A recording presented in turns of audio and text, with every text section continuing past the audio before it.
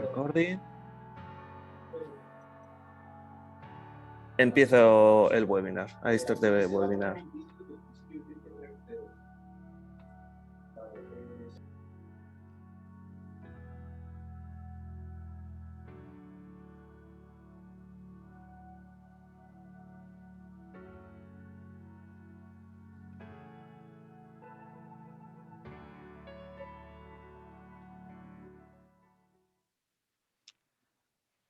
Welcome to session 5, Importance of Employment to Achieve Sustainable Development Goals.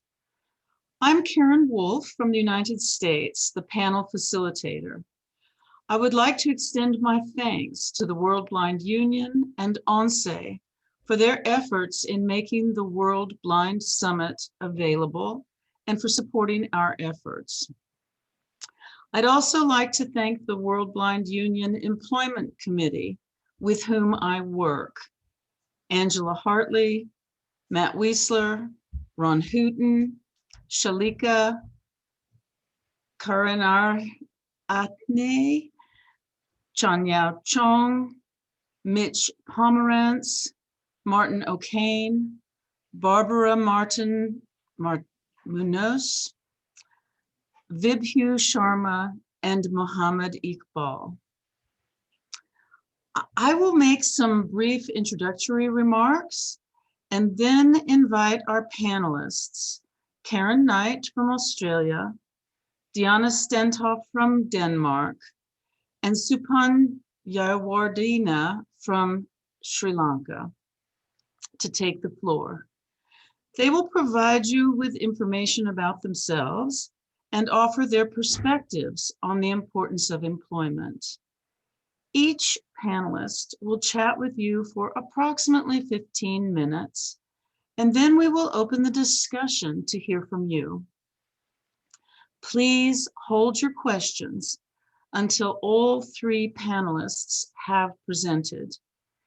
You may either raise your virtual hand or write your question in the chat, and Ellen Najjar from the United States, who is helping me with logistics today, will read the chat questions to the panelists you indicate in the order received.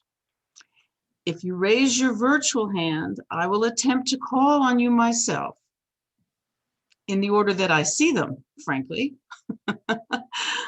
Thank you in advance for reserving your questions and comments until the end of the panel discussion.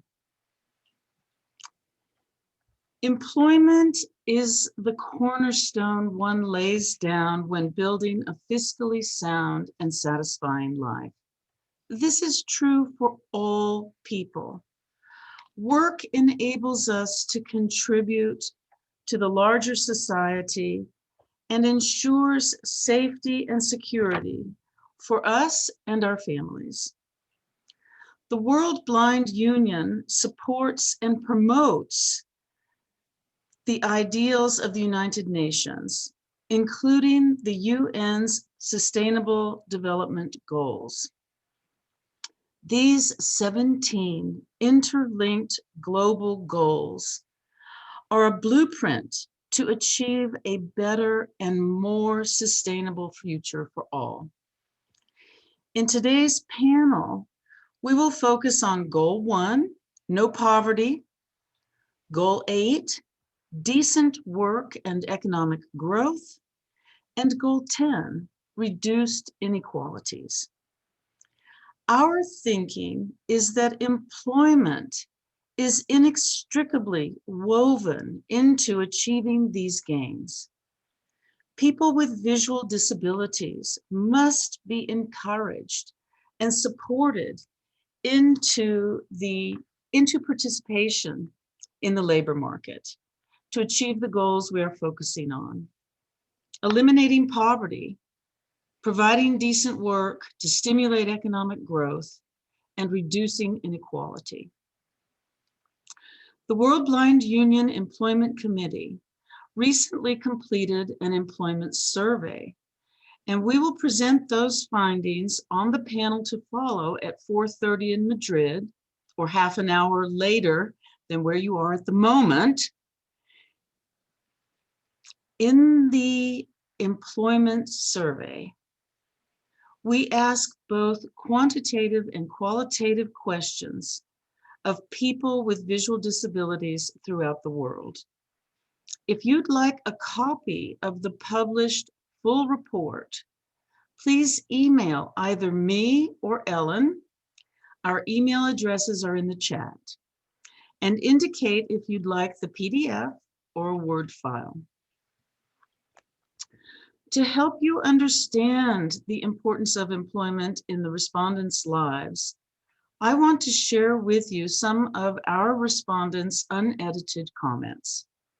These responses were shared by employed individuals answering a question that asked what they liked most about their jobs. I enjoyed being a fully contributing member of society. I enjoy having the opportunities that able-bodied individuals have to make a successful living and improve my standard of life. I enjoy the opportunity to coach and mentor others. My work is very satisfying. I feel like I make a difference in the world and work with inspiring people. I am always learning, and my skills and experience are valued. I like that I can earn my living by myself without anyone's help, excuse me. I feel validated and useful to society. I love my job, standing equal with society at large.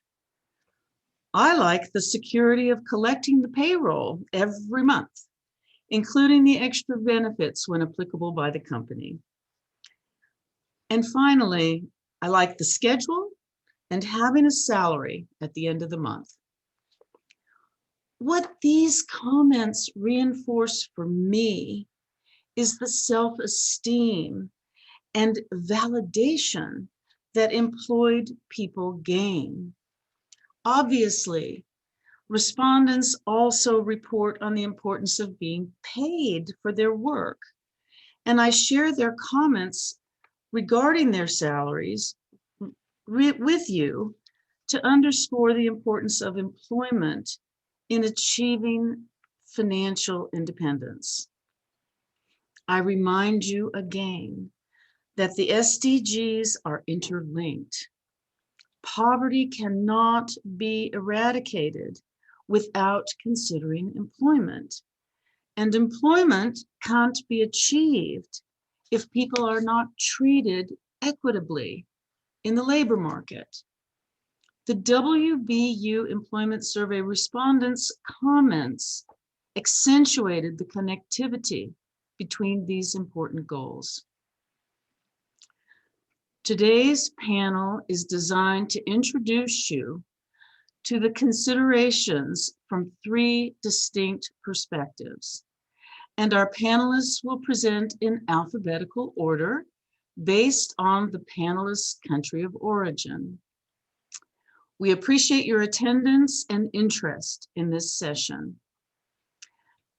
Please join me in welcoming Karen Knight.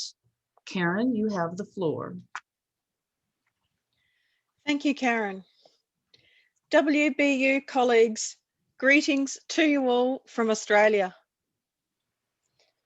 It is my very great pleasure to be speaking to you today. I'm General Manager of Client Services at Vision Australia, the largest national service provider for people who are blind or have low vision in our country.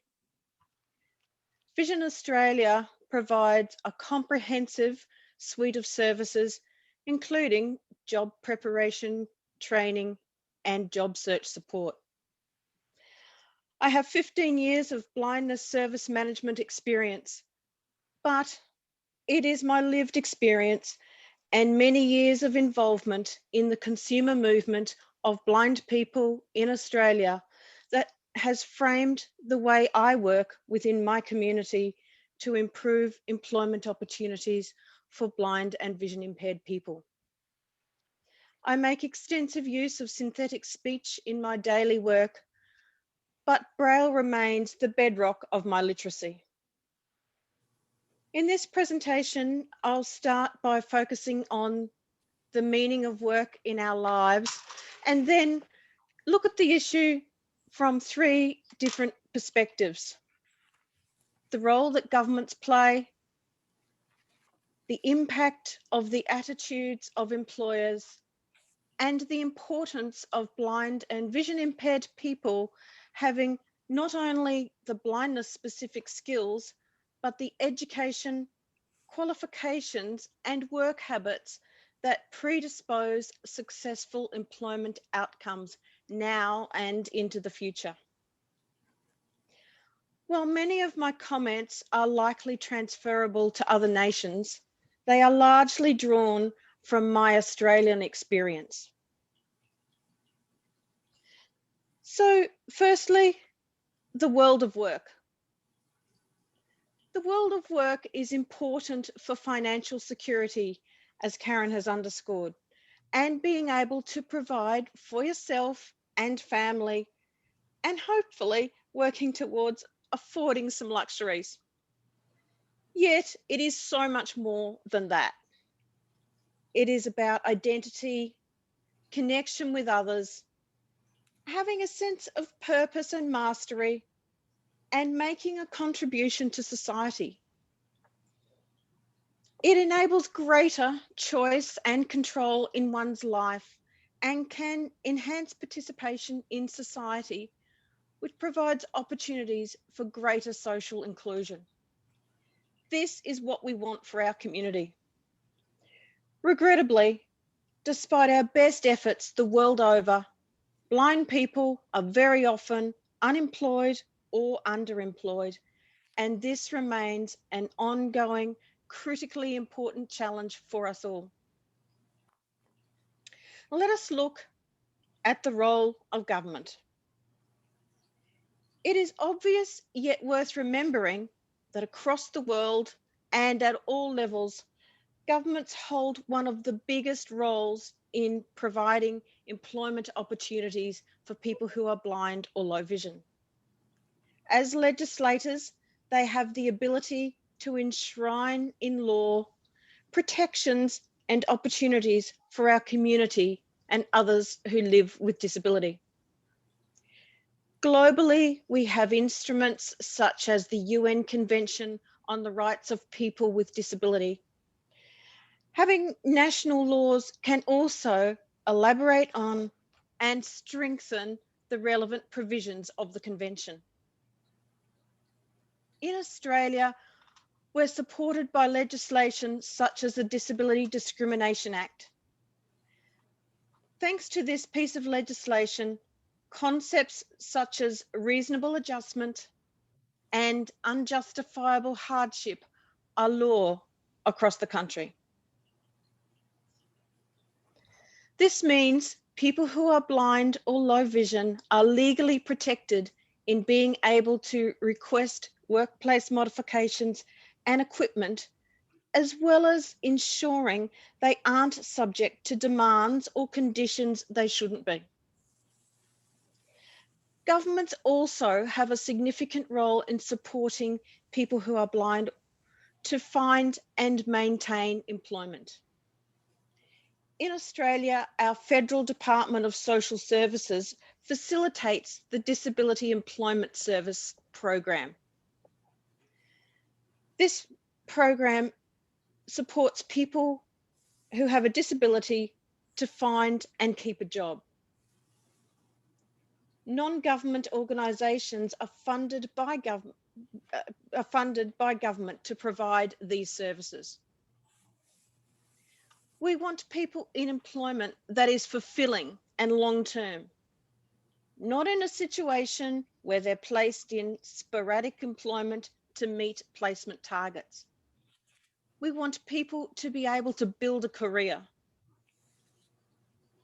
Governments also need to ensure people have easy access to schemes that provide funding for equipment, modifications, and training. In Australia, the Job Access Program provides this for people with disabilities. After a workplace assessment, Job Access might provide somebody with JAWS or Zoom text, a CCTV, or other assistive technology, depending on their needs. It can also provide for workplace modifications, such as changes to lighting or their workstation. Importantly, all of that is government funded and of no cost to the employee or the employer. The assistive technology needed for the job is owned by the employee and can go with them from one job to the next. Finally, on governments, they, as a major employer, should set an example for the inclusion of people who are blind or low vision within the workplace that the private sector can follow. Many government departments and agencies have disability employment targets, but they must have measures in place to support achieving them.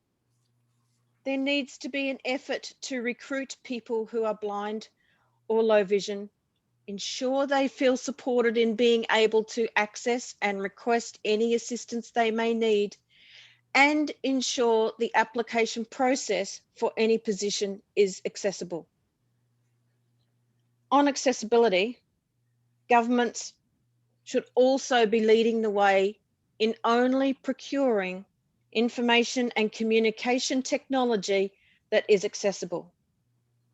It's not good enough to say the public sector is an open and inclusive work environment only for people to be confronted each and every day by a piece of vital equipment, be it a phone, software system, or anything else that's not accessible.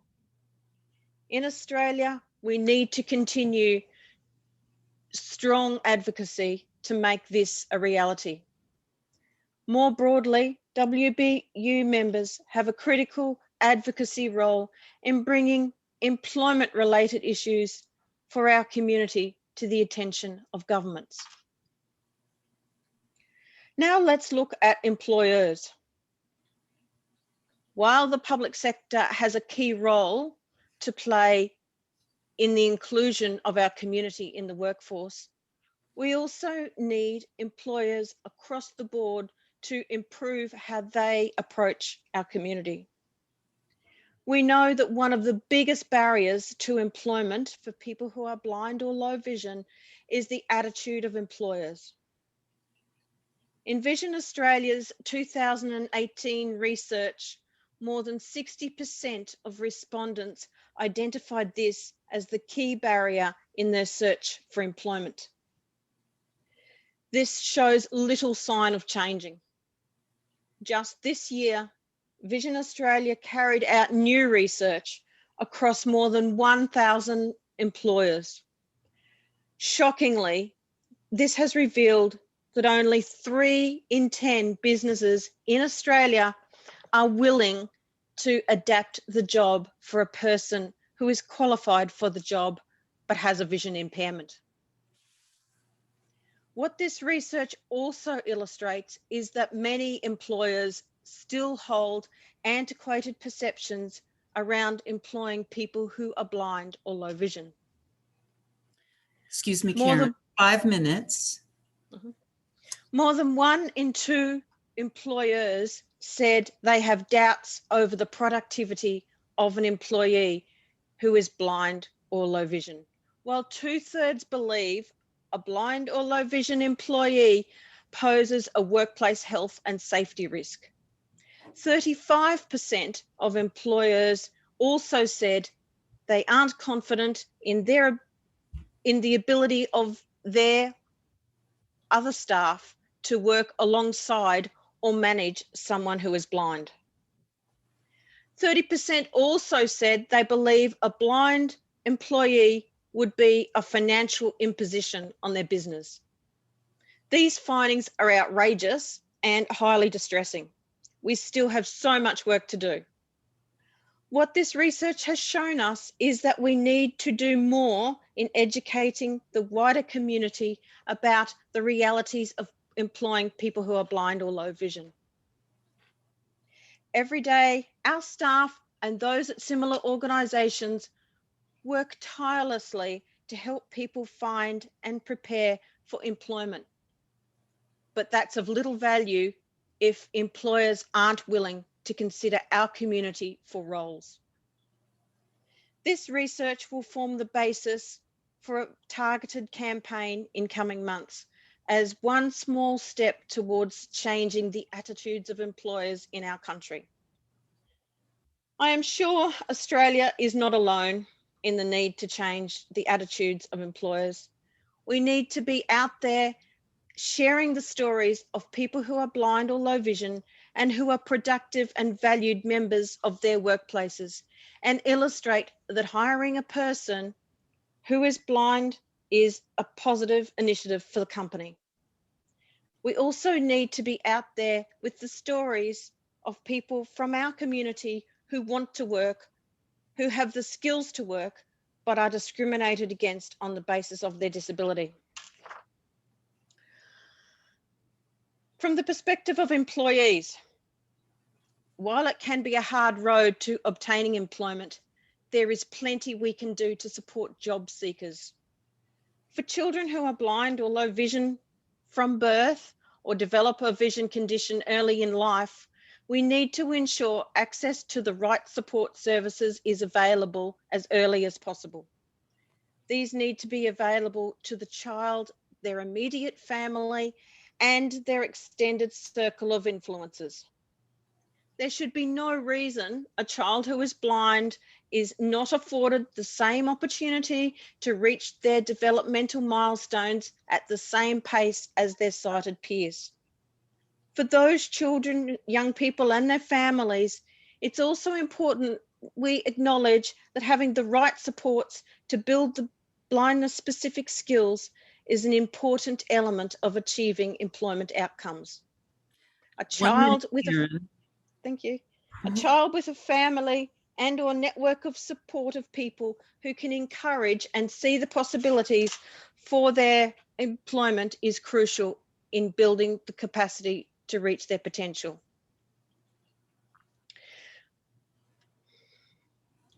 Another key area is access to tertiary education.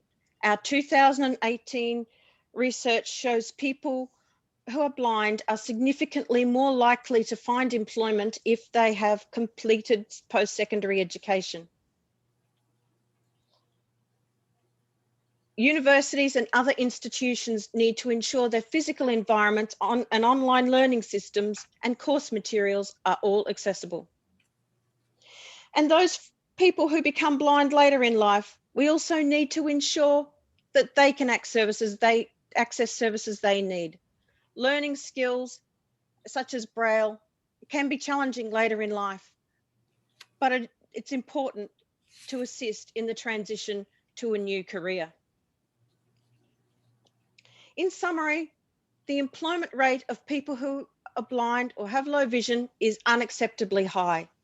The barriers we face are neither insurmountable nor acceptable. I call on the WBU to work with member countries to change community attitudes towards blindness and to advocate for employment support for people to be focused on the careers of tomorrow, not just today. For me, employment opportunities are influenced by the intersection of the role of government, employers, and the person who is blind.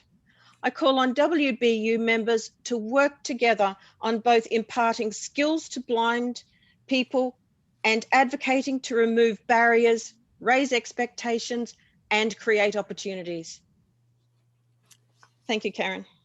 Thank you. I very much appreciate it, and I know everyone in the audience appreciated your wonderfully cogent remarks and the fact that you were spot on time. I appreciate it. Thank you.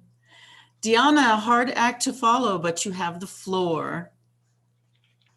Thank you very much. And Good afternoon, good morning, good evening, maybe even good night to all of you. Thank you very much for giving me the opportunity to take part in this very important panel discussion we're going to have today on employment of blind and partially sighted persons around the world. Apart from being now newly elected Secretary General, I'm also the Vice President of Danish Association of the Blind. And today I'm going to talk about what we do in the Danish Association of the Blind to prepare blind and partially sighted persons for employment. Now, as we just heard Karen talk about the prejudices and the attitudes facing blind and partially sighted persons, there is no doubt that looking for a job, looking for employment can be a very daunting, scary, and overwhelming process for many of us. The Sustainable Development Goal number 8 is quite clear when it's concerned with economic growth, productive employment, and decent work for all. Now, I particularly notice the word decent work for all. For blind and partially sighted persons, there are two key questions to ask in the fulfillment of this goal.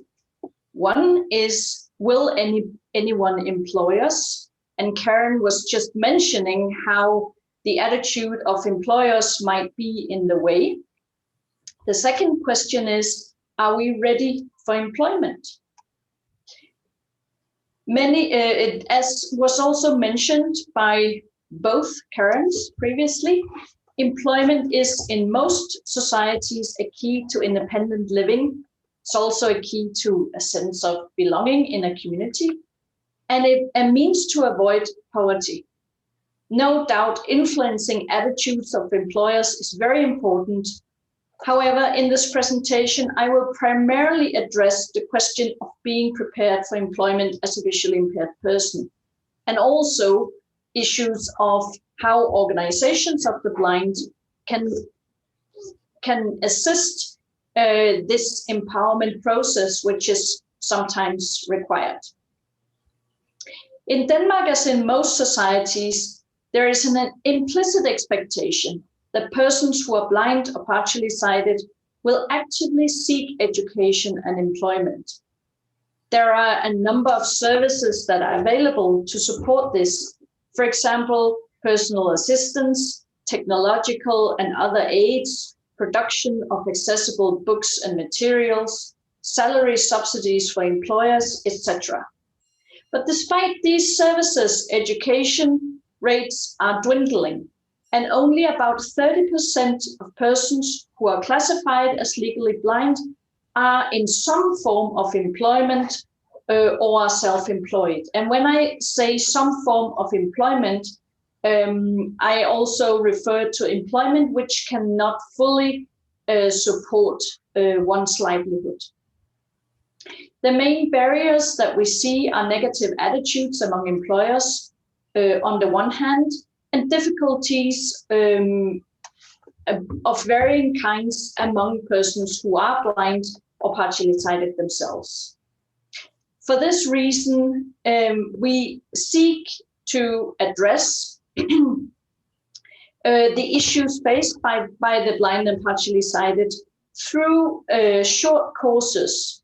And we do this because what we have seen among blind and partially sighted people in Denmark is that they quite often will lack self-esteem, lack clarity about what is actually possible when it comes to employment in relation to one's own life, lack of experience and practical insights into how to go about approaching employers, and lack of courage or having faced one too many rejections in the past.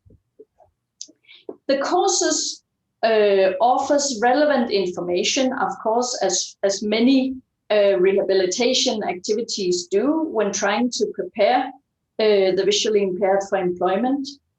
But the primary focus is actually on peer feedback and facilitation and sharing of experiences to help the participants find their way to move and maneuver in their own lives.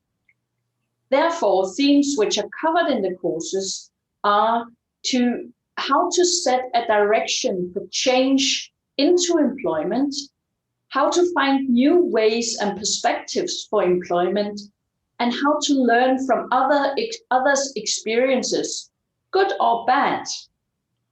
The courses are fully facilitated by fellow blind and partially sighted persons who are employed, who have meaningful employment, and who are generally in an accepting place in relation to their own visual impairment.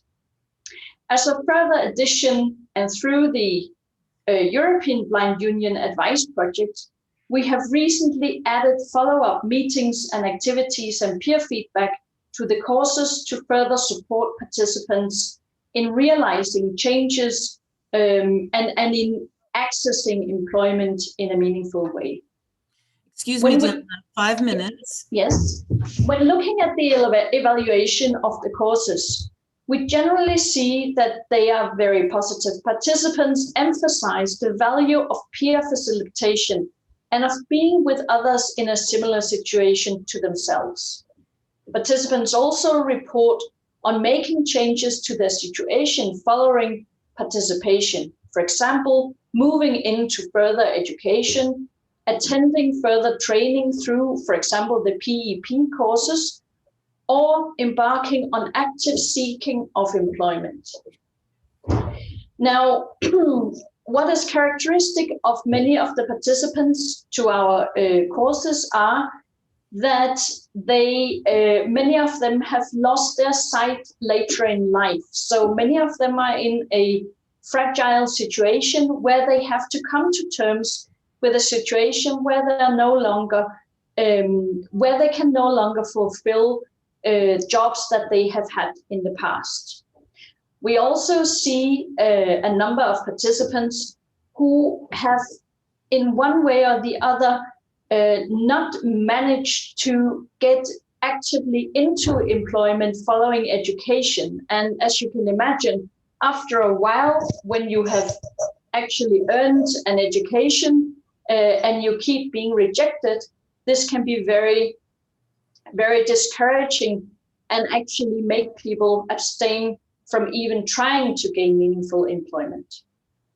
Now, on a final note of this presentation, I would like to just point to the fact that in Denmark, we are very, very privileged with the support we can get when trying to assist blind and partially sighted into employment. Now, peer facilitation and this facilitation of trying to make changes and empowerment, I have no doubt is relevant anywhere in the world.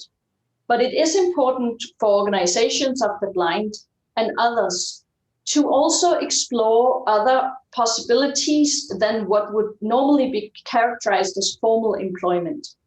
For example, there are schemes in several countries whereby informal employment opportunities can be sought, and also schemes of microcredit.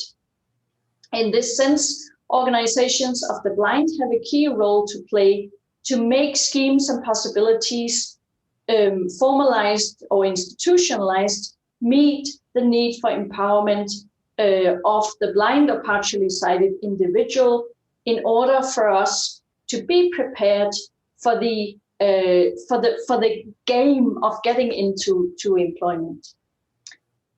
So on that note, I would like to say thank you for listening, and I'm looking forward to receiving any questions that you might have.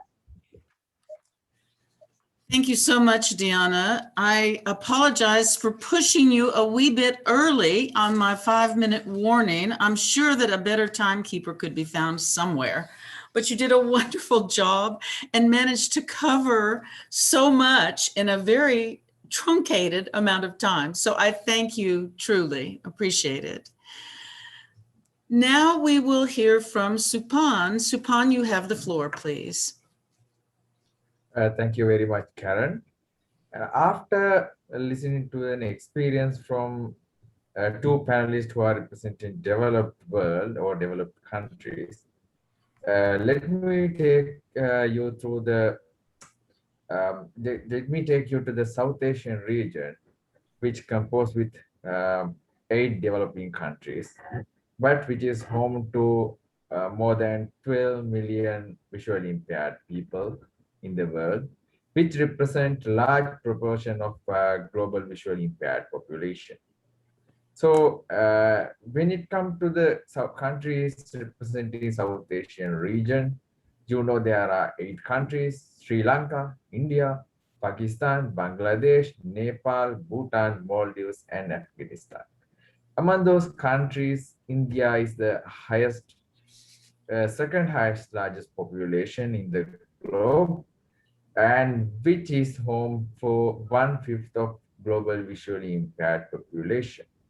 So, as explained by both Karen and Diana, in South Asian countries also employment form an essential part of in one's life, especially it reflects the economic growth of one's life and economic stability or economic sustainability, and proper employment only gives a visually impaired will accept the social acceptance and community participation. In those, under those 3 aspects, important form an essential part in a life of a visually impaired individual in South Asian region. When it comes to the South Asian region, I have observed that there are 3 recent trends associated with employment of visually impaired. Firstly, visually impaired people are education of the visually impaired people are relatively high, but their participation in job market is relatively low. And secondly, although visually impaired are engaged in certain employments, in certain sectors as employees, the number of sectors or number of job roles performed by these people are relatively limited for few key areas. And thirdly, even some companies, private or public sector organizations, although provided job opportunities for visually impaired, lack of infrastructure facilities prevent them from giving their fullest to their employer, and it further prevent them from getting promotion and achieving what they need or achieving everything according to their skills in their employment. So when it comes to the drivers associated with these trends, we can observe that in South Asian region, there is a huge mismatch between special education and the employment opportunities or existing job market.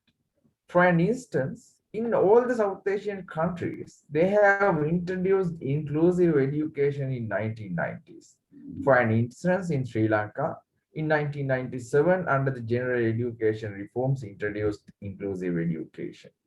India also did the same in 1995 under the Rights of the Persons with Disabilities Act.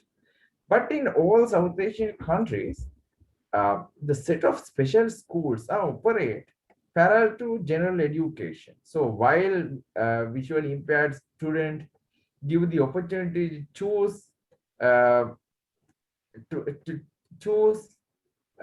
to perform their education in general schools or special schools, social system and stigma force them to get educated in special school.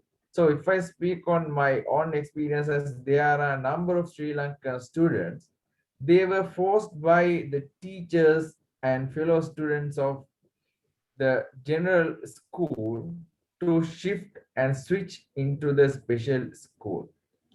So although their right to equal education or right to inclusive education is legally protected, other social stigma and lack of facilities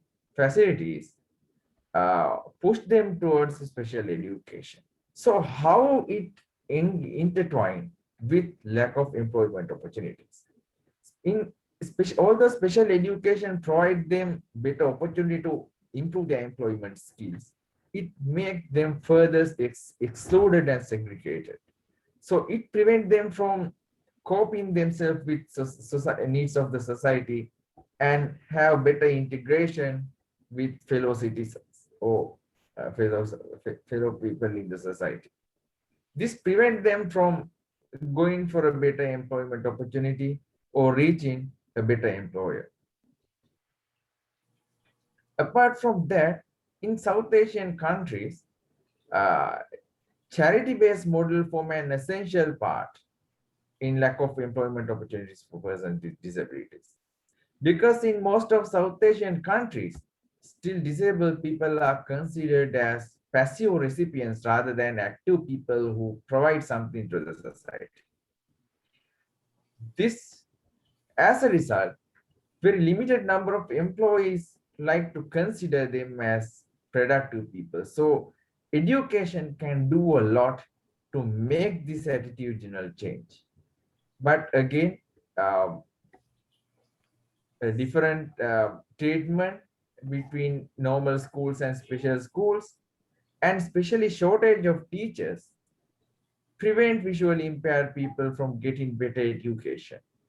For an instance, in recent study conducted by Institute of Policy Studies Sri Lanka, found that number of teachers who enrolled as special education teachers later switched into the general education system. So in Sri Lanka, experienced huge shortage of special education teachers. But this research revealed that the number of teachers who switch into the general education system is more than enough to fulfill this teacher shortage. So this shows that in addition to the poor education facilities or economic facilities, social stigma and charity-based model play an essential part in South Asian region, preventing student or visually impaired from getting better education and later enrolling job market. And second driver relating to the aforesaid trends are lack of research and data analysis. So as I mentioned earlier, there are very limited job roles offered for visually impaired population. So lower skilled visually impaired people are mostly engaged in handicraft works and as therapists, while visually impaired graduates are mostly end up their career as teachers.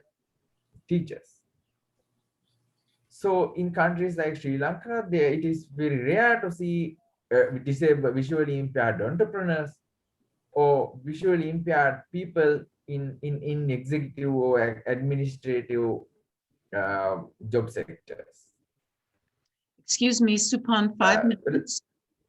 Right. Lack of research and data analysis play an essential role here, because in South Asian region, for an example, even visually impaired people or disabled organizations do not have trust about national census. In Sri Lanka, national population census in 2011 says 8.7 out of Sri Lankan population have some form of disability, but visually disabled organizations do not have better do have doubts about these census. A similar research I could found from Nepal, where disability organization highly question the methodology of collecting data.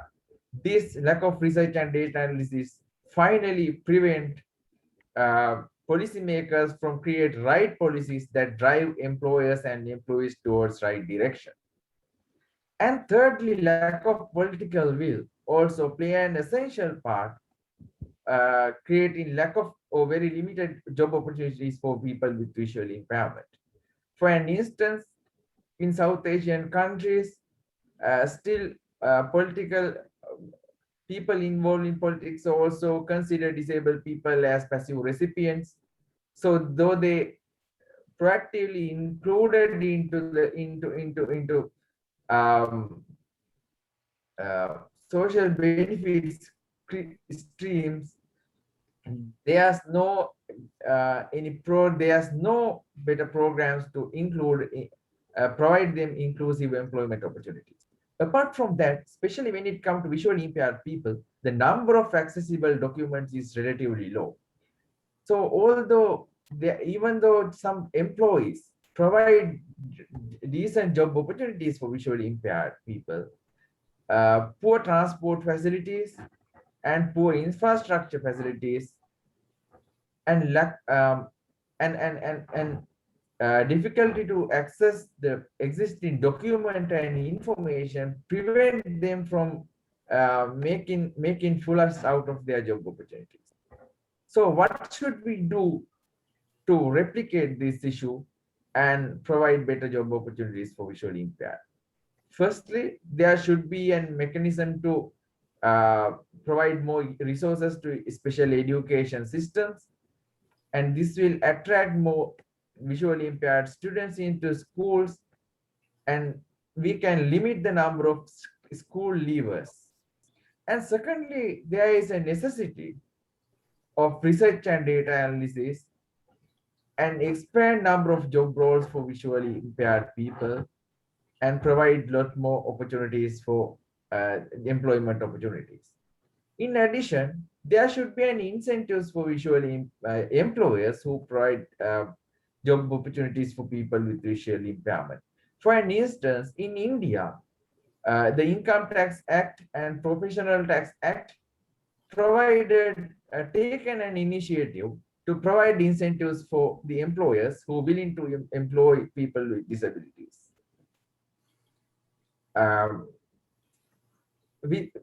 By implementing those such measures, we could be able to make South Asia is a safe haven or better place for people with visual impairment to be employed and live a healthy and prospective life.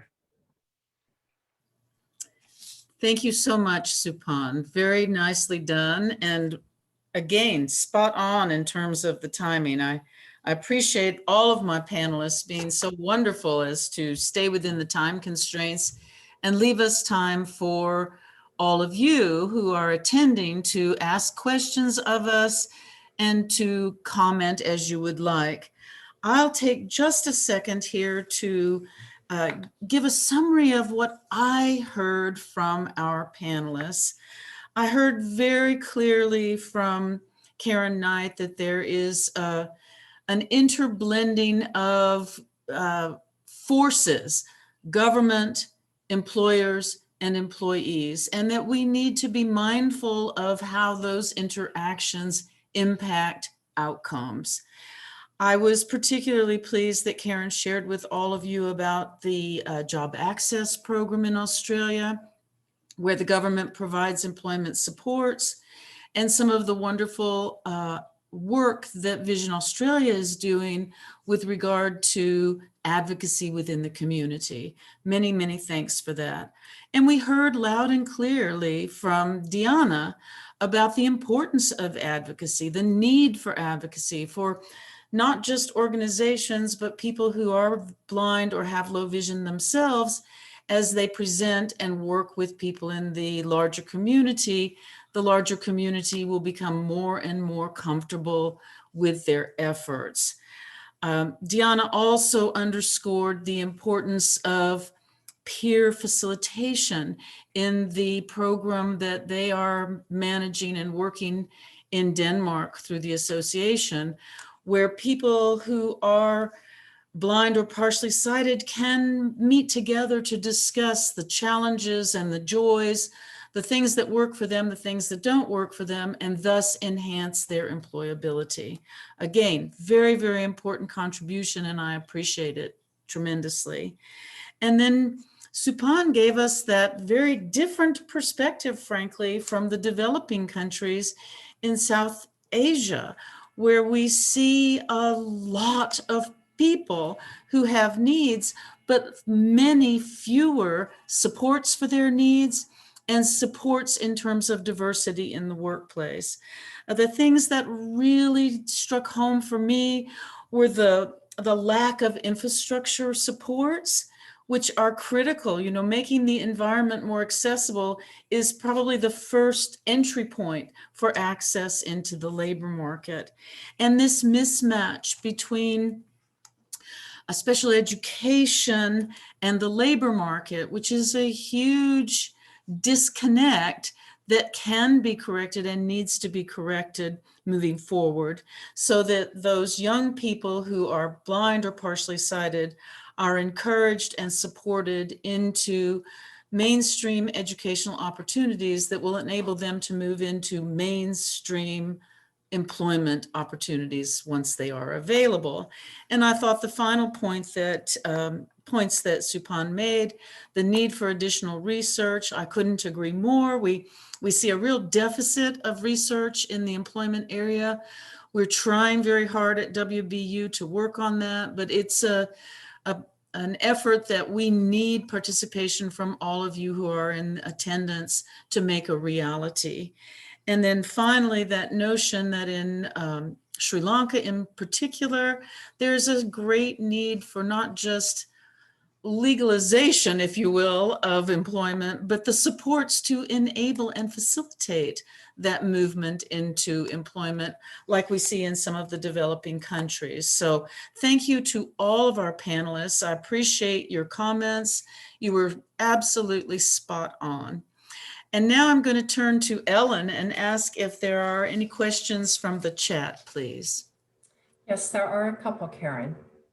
The first question is, can we do a survey such as the one you're presenting today in Andorra? I would be very receptive to that idea, and I think the WBU Employment Committee would be receptive to that idea. Please share with me your contact information and how we might work together to facilitate that process. But yes, I'd be very interested in hearing from any of the audience participants who would like to see participation a reality in a future survey. I personally do think we need to do a follow-up survey now that we have this wonderful baseline that we established just before the pandemic. It'll be very interesting to see how the pandemic has impacted our community. Thank you. A comment, in France, we recognize 20% of the visually impaired occupy a real job. Yes, I think that, you know, that's the only drawback to statistics, to be honest with you. We get these wonderful, wonderful reports, including the one that I'm going to present on later, which showed very clearly that our respondents, for the main part, over 60% of our respondents were employed. But we don't always see the full picture. We don't always see the data that show us, are those jobs full-time, full-year employment? Are they at competitive wages? I think one of the things that I learned in spearheading our survey, frankly, was that we need to probe just a little bit more deeply into what participants are doing in terms of the number of hours they're working, the employment they have. We found some of that, which was good, but we need more. And we need more about what is it that is keeping people who are employed from working full time? Are they constraints by location? Are they constraints by what the employer offers up? Are there constraints? We see some constraints in this country, frankly, where people are balancing how much they can bring in through competitive employment and still receive benefits from the government for their social welfare. We need to look at all those different factors and determine whether or not people are satisfied with working less, or if they would like to be working full time, and if so, what is keeping that from happening? So thank you for that comment. We did see that with some of our respondents from France, that there were some people who were not happy about working part-time, and then there were some who were happy. So again, it's that balancing act of finding out what leads to life satisfaction for whom. Thank you.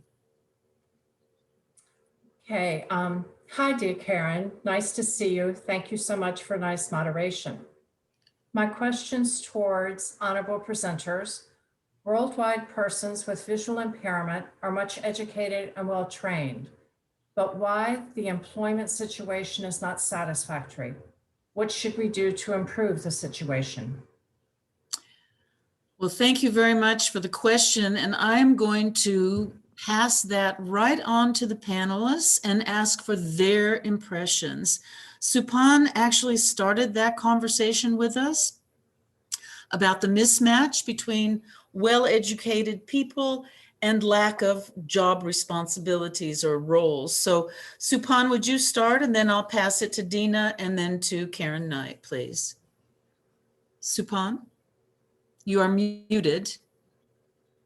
Supan, you are muted.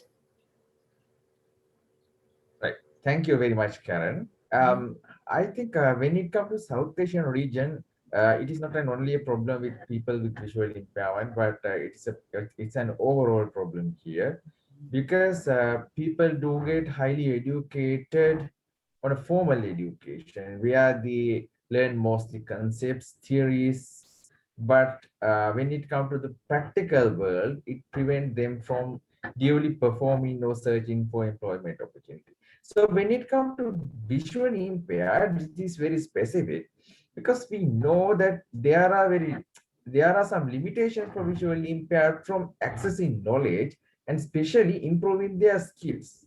So in my view, in South Asian countries, what happened was they do receive general form of education without proper skills, which make them suitable for the job market. And there are another issue. For an instance, in Sri Lanka, the Sri Lankan Council for the Blind and other visually impaired organizations provide some skill development opportunities for visually impaired. For an instance, there are a lot more courses, IT courses have been introduced to improve the IT skills. But how they can particularly perform or smartly perform their job in IT sector if country's entire information or IT system do not accessible for visually impaired. For an instance, all we know that number of available book for visually impaired is mostly around 1% to 2% in developing countries. So if I'm speaking on my own experience, when Karen, give me a second to introduce myself, because I couldn't do that in my presentation. So I'm a lawyer by profession, and currently I am working as a research analyst in country's well-known leading think tank called Verite Research, which provides research and analysis for policymakers and opinion formers in Asia. In addition, I'm a member of the National Council for Persons with Disabilities, which is country's apex body making this policy decision towards relating to persons with disabilities, where I am one member of 11-member committee appointed to draft the existing draft the new Disability Rights Act. So when it comes to my own story, so if I speak on my own experience, when I doing a comparative analysis with some other countries, when I'm doing a comparative analysis in comparison with Sri Lankan laws with other countries, such developing countries like Australia or United States, it is very easy for me to do a study on other countries, but unfortunately, it is difficult for me to do a study on my own country. This happened why? Because of lack of accessibility to access to information. I think so.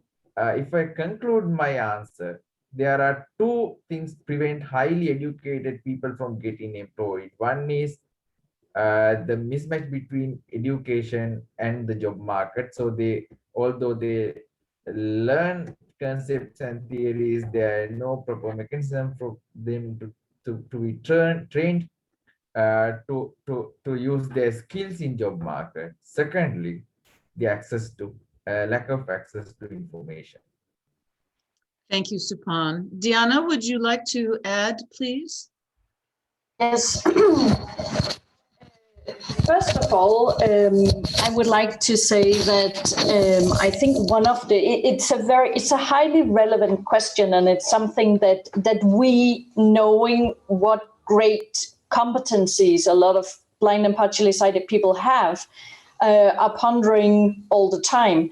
I would like to say that Karen Knight was mentioning, you were mentioning in your presentation, a survey from Australia showing that only 3 in 10 employers would have the willingness to actually employ a person with a visual impairment. And I can only say that every year there's a similar survey being done in Denmark, and it's exactly the same result coming out of the survey. So I think one of the things that we have to do, and I think that need to happen at national, regional, and global levels, more or less, is actually to challenge some of the conceptions of what blind and partially sighted people can do, because clearly we are not getting through to employers. Clearly there's still a lot of misconception about what is possible or not when you have a visual impairment. And I know for my own part, when I was very young and applied for jobs for the first time, job interviews could often go something like, can you manage the stairs on your own? And similar questions. So obviously, I think challenging misconceptions is crucial. The other thing I would like to raise actually is that a lot of jobs requiring higher education or requiring formal education, when students complete their education and start applying for jobs, they're often met with some kind of expectation that they have during their studies or during their education acquired some kind of relevant experience. It can be either as interns or as having part-time jobs or doing some particular kinds of voluntary work and so on. But generally, it seems that there is some kind of expectation that even when you come straight out of education, you're expected to kind of have a relevant work experience or relevant experiences. I think it's crucial that we find ways for blind and partially sighted students to gain valuable experiences during their education, so as not to leave them at the bottom of the list when employers are to select. So I think these two issues, actually, these two things could be something very concrete to do. But having said that, I also know that obviously it's going to take a lot of effort, and I think it's also going to take a lot of willingness on our part to keep answering the same questions over and over again, because then we are not done with speaking to one employer or making one initiative. This, I think, will be an ongoing challenge for the next many years, and preferably we should lower the percentage of employers who are actually willing to take on blind and partially sighted staff. Now, on a final note, and it was just because Karen Wolf, you raised the issue of what has happened during the COVID-19 pandemic. And it would be interesting to do another survey. And I very much agree with that. We do have some indications from a small Danish survey, which actually indicates that what could have been a very successful thing in some ways, moving into a digital age where in principle materials and so on should be more accessible to all of us, has actually turned out quite differently. And a lot of people, blind and partially sighted people who are employed, have now experienced great trouble utilizing meeting platforms, systems, materials, and so on, as everything has been digitalized over the COVID-19 pandemic. And I think we need to take this very seriously, because digital materials, can really pave the way. But if we're not very careful, and as Supon was also talking about, looking into accessibility and being very strict and firm about the need for accessibility, I really fear that we could also be moving in a very wrong direction, as Supon was also mentioning. So thank you. Thank you very much. Karen Knight, would you please wrap up for us here? Thanks, Karen. Yes, I'd just echo the comments of my fellow panelists, in that I think it is about accessibility, it's about attitude, and it's about experience. So I think often people might be really quite educated, but they go into the workplace and the systems are not always necessarily accessible. Certainly there can be lots of work done to ensure that they can be made as accessible as possible, but you only need to have an upgrade or two, and then a lot of that accessibility needs to be redone. And then there's that difference between accessibility and usability. And just because you might be a highly educated blind person doesn't always mean that you're incredibly skilled with assistive technology. That's a skill that you have to keep working on. So I think also I just echo the issue about attitudes. If you're an employer that has a pool of applicants to choose from, many of them wouldn't choose someone with a vision impairment. So getting the message out there about the value of diversity in the workforce is incredibly important, and doing whatever we can do to really promote those blind positive messages is critical to making a change, I think. And I'd say that also when people come out of university, they've got lots of theoretical knowledge, they haven't always got a lot of practical skills. And so having programs such as graduate programs can be really important. And some blindness agencies like Vision Australia do have some graduate programs. We don't want everyone to come and stay with us for their career necessarily, but having that first year or so in the world of work in somewhere that is a bit supportive can be really helpful for some people before they move on to the next job. And also encouraging large employers and governments to have graduate programs. And I think there are a number of programs around that when you are finding it difficult to get a job, even if it is a lower level job, such as a traineeship of some sort, it gets something on your CV. And often once you've got something on your resume, it is much easier to get the next opportunity. Thanks, Karen. Thank you. I think our panel has really covered this very, very nicely, but I would underscore for all of you, we've seen a real push in the larger community toward more and more and more academic training. And many young, blind, and partially sighted people spend an inordinate amount of time working all day, every day on academics. And it is to their disadvantage in the workplace, because in the workplace, employers really do want practical knowledge. They want practical skills. They want people with work experience, as you heard from our panelists. And so the more work opportunities we can encourage young people to gain and to participate in actively, the better off they're going to be. And I would agree with the panelists. It can be volunteer work, it can be part-time work, but they need work experiences and they need that practical knowledge that comes from that applied learning that happens only within the community, not at school. So I would underscore that. I think Karen Knight wrapped it nicely with the 3 A's as I see it: accessibility, attitude, again, those schemes to let employers see people, see their competency, work side by side with them is going to allay a lot of those fears and concerns. And then the ability demonstration, which is my 3rd A, ability demonstration, which is about the work experience. So thank you very much for that great question. Ellen, do we have any other questions in the chat? Actually, Karen, we have 9 more. Oh, good. Well, let's run through them and we'll pass them one at a time instead of to 3. Okay. Great presentations. Thank you. Practical common sense.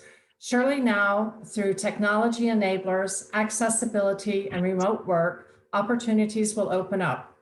Additionally, many large multinational organizations are committing themselves publicly to accessibility, diversity, inclusion, and employing persons with disabilities.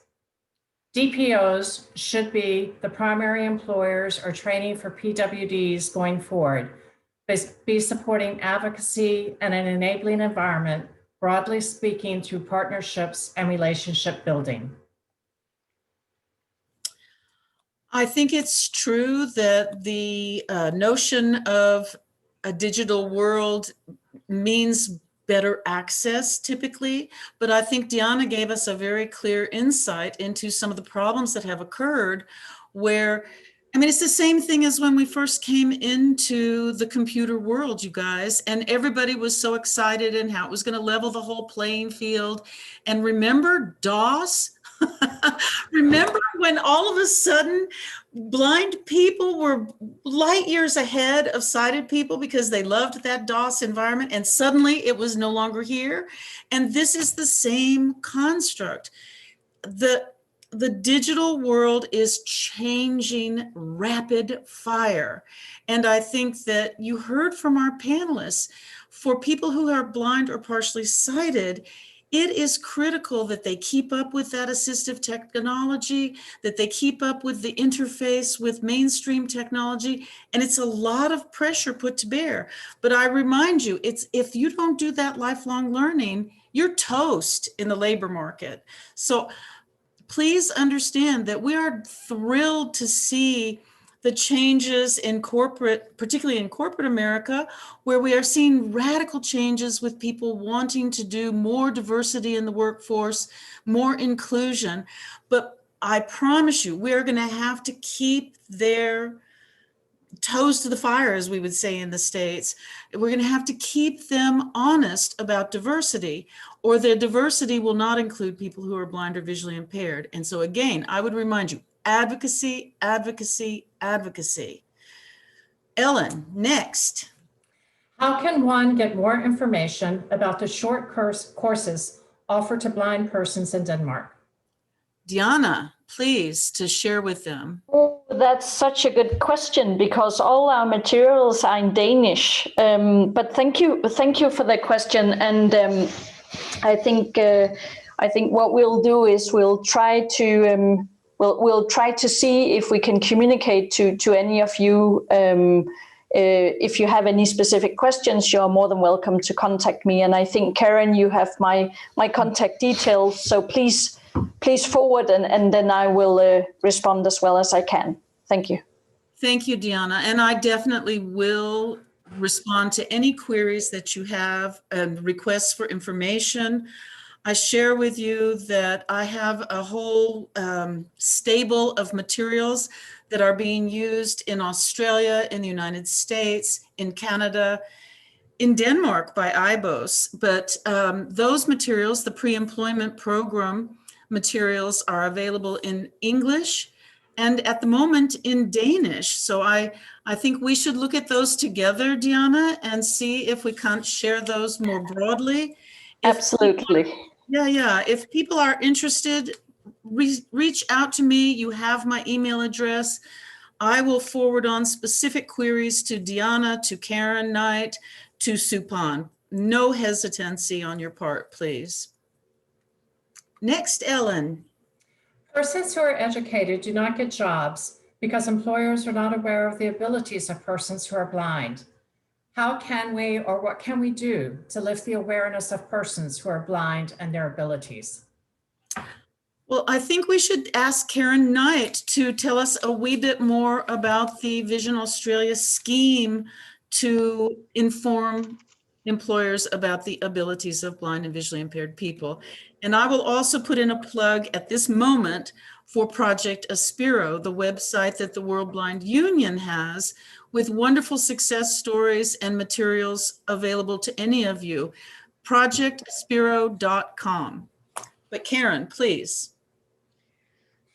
So what we're looking at is a public awareness campaign to promote the importance of diversity, the value of diversity, and to provide examples of where it has really benefited workplaces to have someone who's blind or partially sighted within their workplace.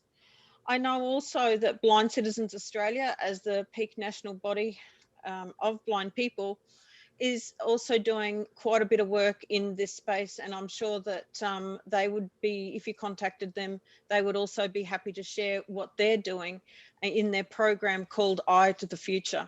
And again, that is about promoting what blind people can do and the value that they can bring workplaces. So this research that I talked about in my presentation is very hot off the press.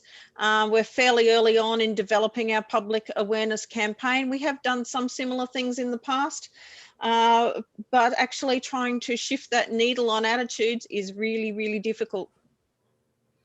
It is a long-term commitment. There's no doubt about it. But I think the most important thing that I would share with everyone listening is that it's about sighted employers seeing blind and low vision people in the workplace, doing their jobs competently, living their lives successfully, having families, going shopping, doing all the things that everyone else does. People believe what they see. So the more we can move blind and low vision people into the workplace, the better off the employers will be in terms of their understanding about their capabilities. And I also think, Karen, when employers share with other employers about the successes, often they will take notice even more. Perfect. Very good. Very good. I think that's exactly right. Ellen. Thank you for your presentations today. When will we start to get academic materials in either large print or Braille to be just as widely available for students, professionals, so that all fields are open in the same way that literature is? I know that this is starting to happen in Sweden, for example, and doing so would at least let other blind to contribute to these fields. This will help to widen and make equal the ground of access to knowledge wholly. Yes, I think we can look to the Marrakesh Treaty too, because with the opening of that treaty and the copyright laws and the sharing of information across organizations, we should be able to see an increase in the availability of academic materials. I encourage anyone who is concerned about lack of access in their own country to please reach out and let us share what we are doing at the World Blind Union and how we might help and support you in accessing materials in your own country. Ellen. A question for Deanna. You spoke about blind people becoming discouraged because of the difficulty of finding work.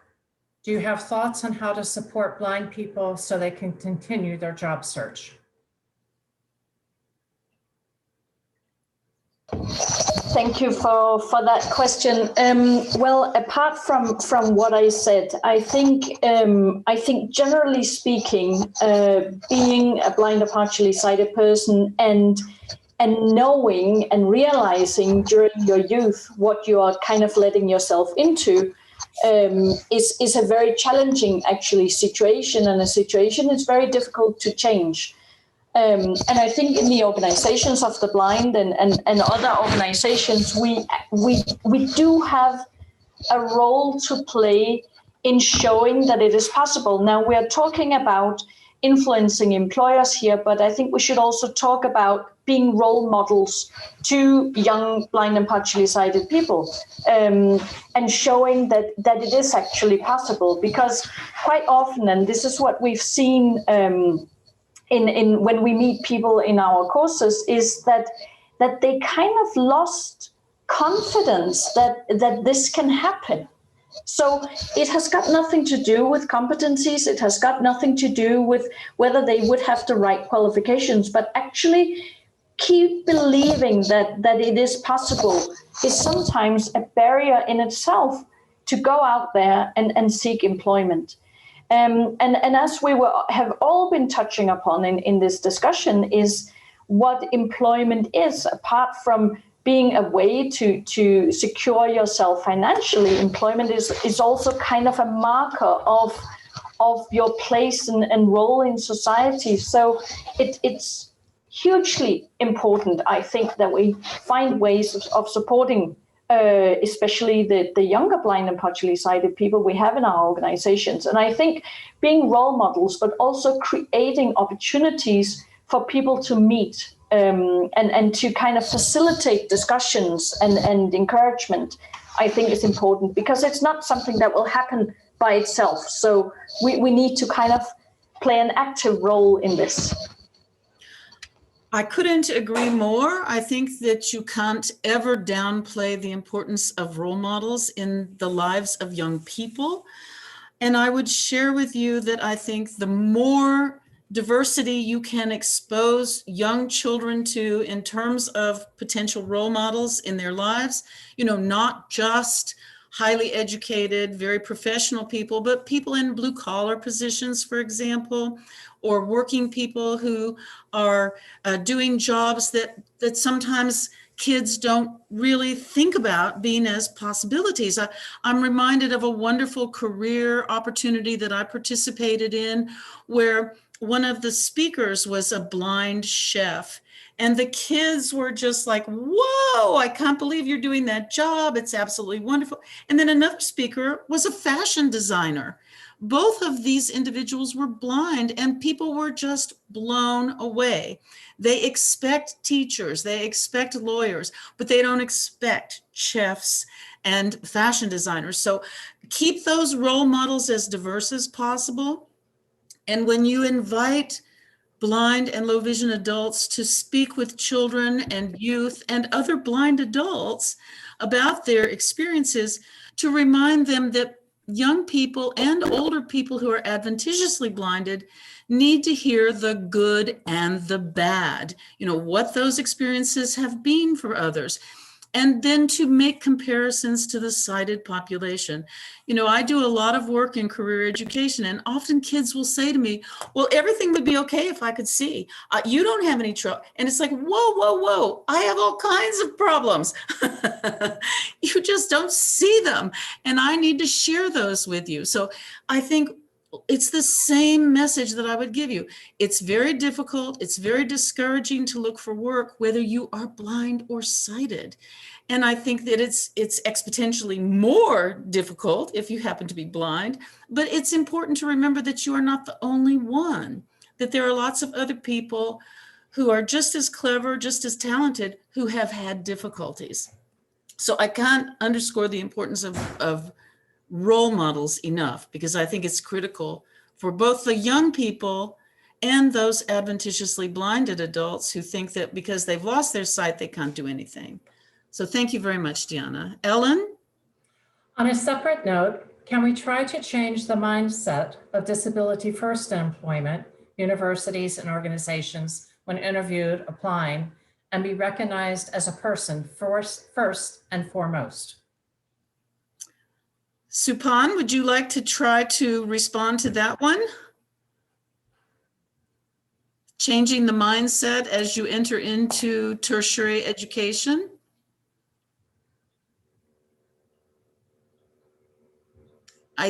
I actually think Supan may be frozen.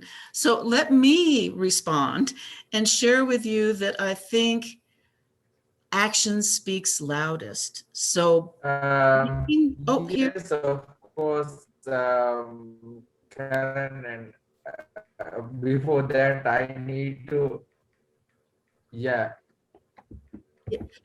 Supan, your internet connection is Karen, not. excuse me. Oh, yeah. Please. I think Supan is having difficulties with Hi, Karen.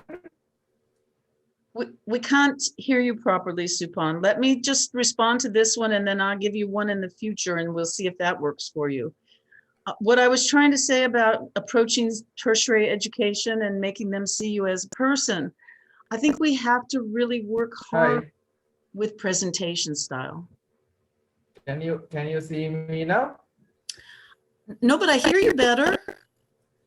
Your visual is frozen, but that's okay. Can you speak for a minute? Would you like to try?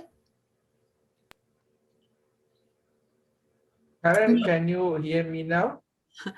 I can, Supan. Do you want to try to respond?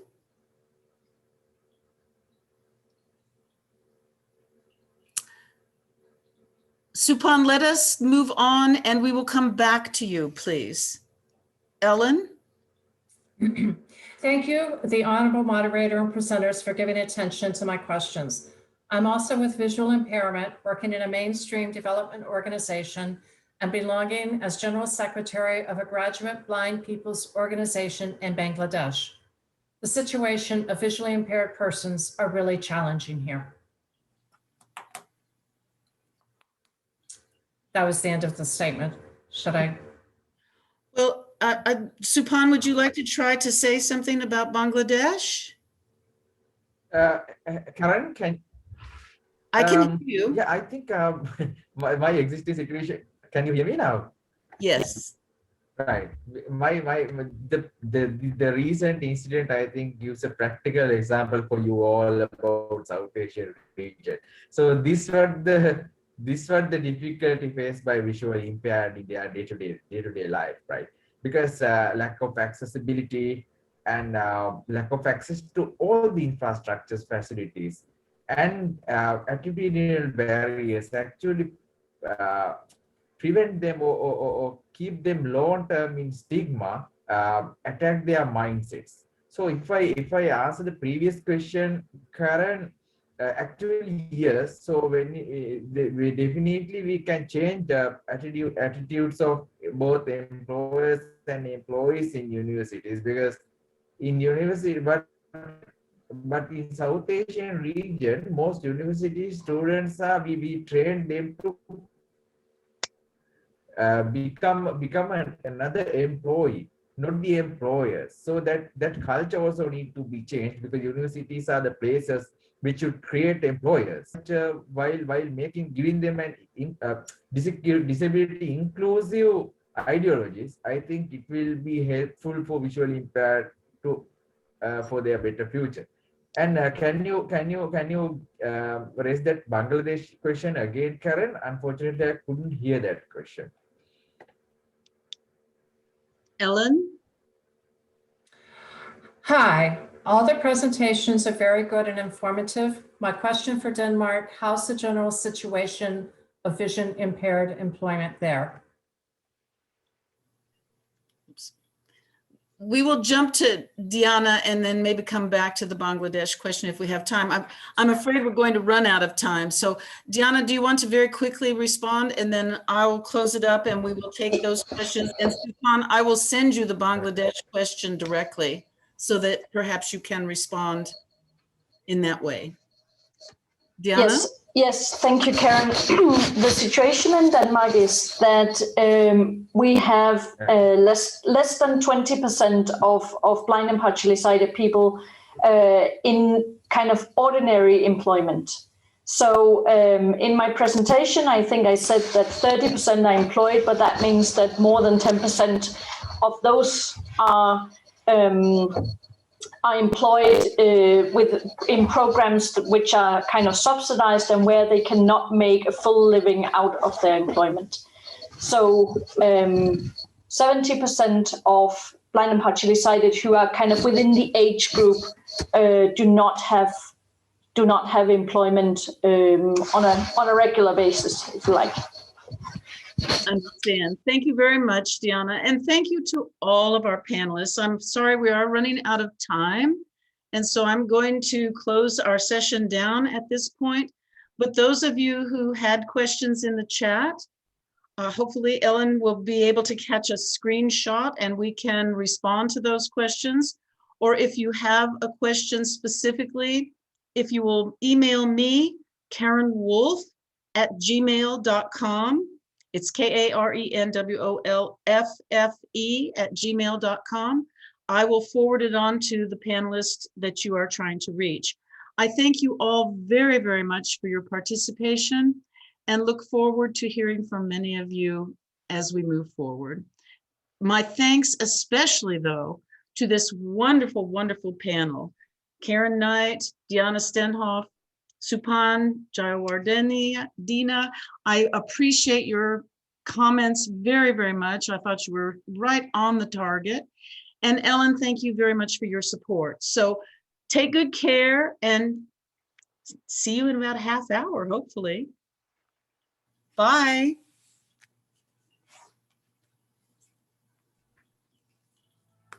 Hey.